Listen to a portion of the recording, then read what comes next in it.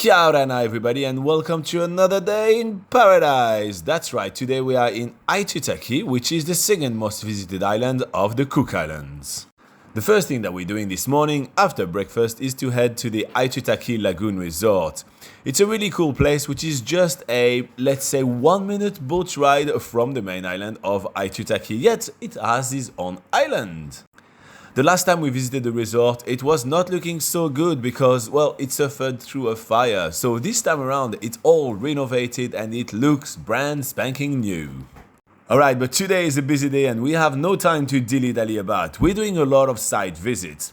That's right, to update Cook Islands Pocket Guide, which is Cook Islands' largest travel guide, you can find it online at cookislandspocketguide.com. We check out all the different accommodations and activities that the Cook Island has to offer regularly. So today we're doing a lot of site visit, meaning that we're checking out all of the accommodation, making sure that the information that we provide you guys about them is accurate and up to speed.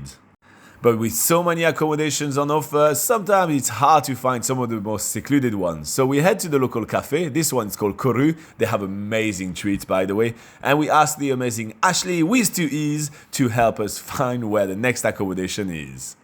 And while on the way, we check out the banyan tree. It's one of my favorite things to do in Aitutaki. Just driving through a massive tree, how epic is that? Anyway, we're still trying to find an accommodation and yeah, it's an Airbnb, it's not well indicated, so we encounter locals. We ask them where to go. They don't know, but we get some coconuts. And then we encounter another local and they decide to drive us there easily. It's the classic Aitutaki story. It takes a village to find a place.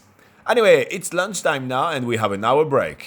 We head back to the Tavae resort and, well, we've been tempted by these waters for way too long, so it's time for us to put our snorkel and mask and go taste the stunning, sublime waters of Aitutaki.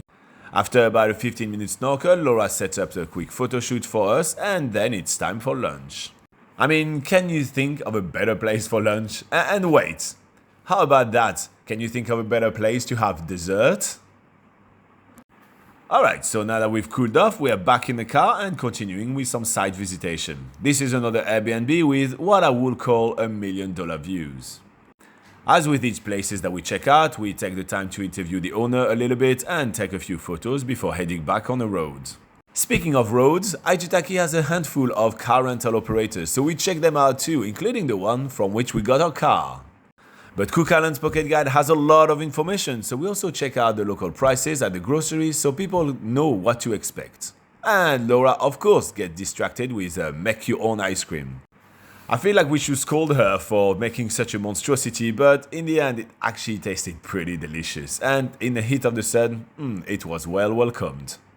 The day is far from over. We now spend a couple of hours with Onu, which is the owner of Dive Aitutaki, to create a website for him before heading for dinner.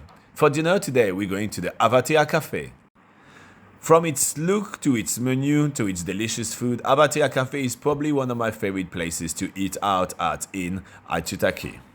Today we opted for the full seafood platter, which is way more than 2 people need to eat.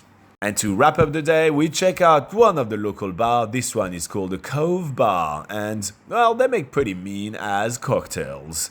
Ka kite!